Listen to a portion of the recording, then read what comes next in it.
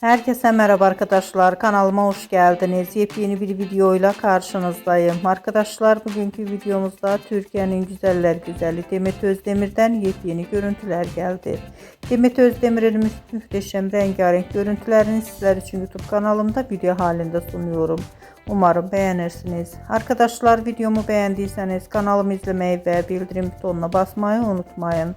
Şimdilik benden bu kadar olsun. Yeni videomuzda görüşmek üzere. Hoşça kalın.